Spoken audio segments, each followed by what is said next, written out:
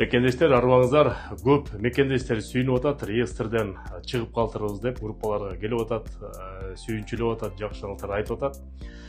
Бул жерде кыскача маалымат Ички иштер министрлиги Россия Федерациясынын реестрге киргизүү алгоритмин бир аз өзгөртүп койду.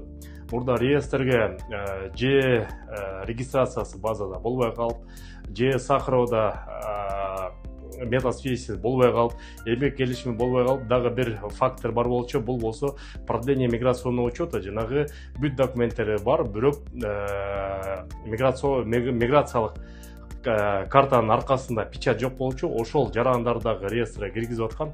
Ошолорду азыр обновление болуп, Ички иштер министрлигинин сайтынан реестрден бир сыйра обновление болот. Бүгүн эртең дагы обновление болот, анан кийин ошол туура эмес кирип калган жарандар Кудай буйруса чыгат. Бул абдан сонун жаңылык, көптөн күткөн.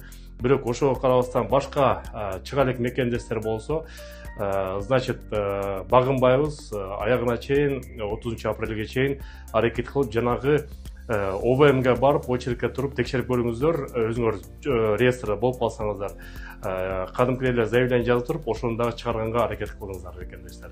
Сак саламат болуңуздар. Бул жааттан дагы жакшы жаңылыктар болсо айтып турабыз.